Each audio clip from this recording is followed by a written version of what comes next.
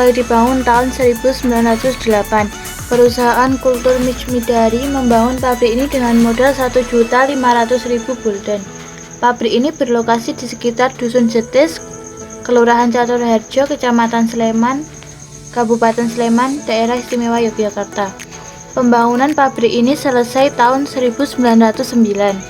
Saat ini bangunan PG Midari sudah tidak bisa ditemukan, namun beberapa perumahan dinas karyawan masih bisa ditemui sekitar Jalan Yogyakarta sampai Magelang.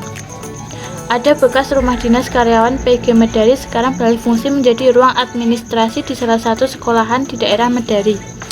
Bekas lahan di mana dulu pabrik gula Midari pernah berdiri sekarang dimanfaatkan untuk pabrik GKBI.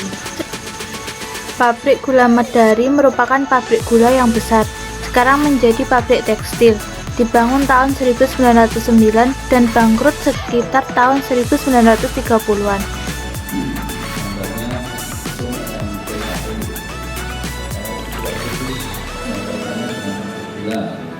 Terus yang kedua, dengan sudah mungkin nanti bisa jalan ke belakang kecamatan. Keberhasilan beberapa tahun terakhir di sektor industri gula mendorong Colonial Bank untuk mendirikan pabrik gula Midari pada tahun 1909. Proses pembangunan pabrik yang diserahkan kepada firma De Vries Robert.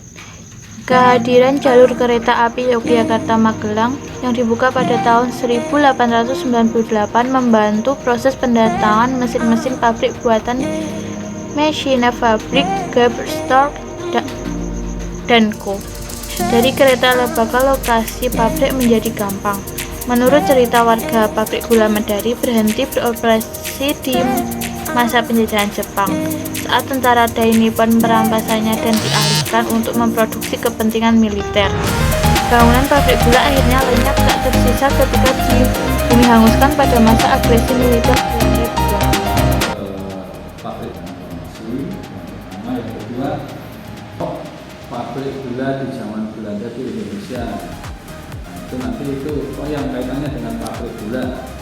Nanti di situ kan pemasarannya yang tadinya untuk pemenuhan pengrajin batik primer anggota operasi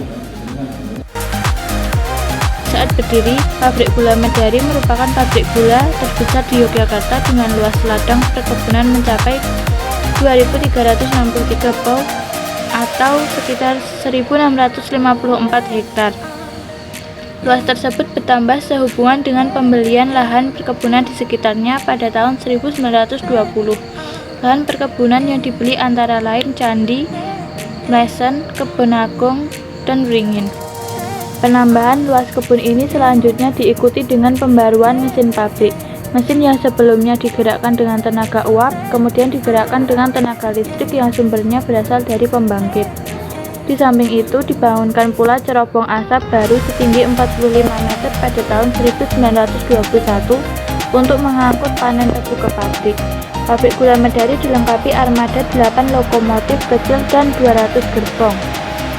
Dahulu, di sisi barat jalan tempat saya berdiri sekarang pernah membentang rel kereta Magelang-Yogyakarta yang ditutup pada tahun 1976. Jalan baja ini tentu amat vital perannya bagi industri gula. Tanpanya, gula-gula pabrik gula ini tak akan pernah sampai di dapur konsumen.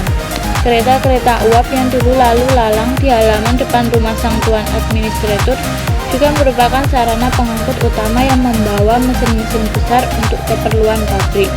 Sekitar sini masih ada beberapa jejak perkereta apian, seperti bekas stasiun, pondasi jembatan, dan tiang sinyal. Sementara itu tak jauh dari bekas stasiun Midari terdapat bangunan bekas pos kantor atau kantor pos pembantu yang kondisinya kini sudah terbengkalai. Di tepi jalan Magelang-Yogyakarta yang ramai oleh lalu lalang kendaraan itu, masih ada sejumlah jejak eks pabrik gula Midari lainnya. Contohnya adalah bangunan Kodim 0732 Sleman yang letaknya persis di seberang SMP Negeri 1 Sleman dan menempati bekas rumah kepala juru mesin pabrik gula Midari. Sementara itu, berdiri di balik deretan kios-kios kecil, bangunan mungil ini seolah malu-malu untuk memperlihatkan wujudnya. Mungil memang, tidak semewah dengan rumah sang tuan administrator, namun ia memberi gambaran kepada mengenai fasilitas rumah dari perusahaan yang diterima oleh pegawai Bumi Putra. Salah satu jejak pabrik gula Medari masih berdiri tegak di balik tingginya pagar SMP Negeri 1 Sleman. Sekalipun berdiri di tengah kompleks sekolah, bangunan itu sama sekali tidak terlihat lazim untuk bangunan sekolah. Secara sepintas, bangunan itu justru mirip dengan sebuah villa besar milik seorang tuan tanah kaya raya. Kejanggalan bangunan itulah yang memicu rasa penasaran saya ketika berjumpa pertama kali dengannya. Dari kemegahan bangunannya, besar kemungkinan bila ia dulunya adalah tempat tinggal sang tuan administrator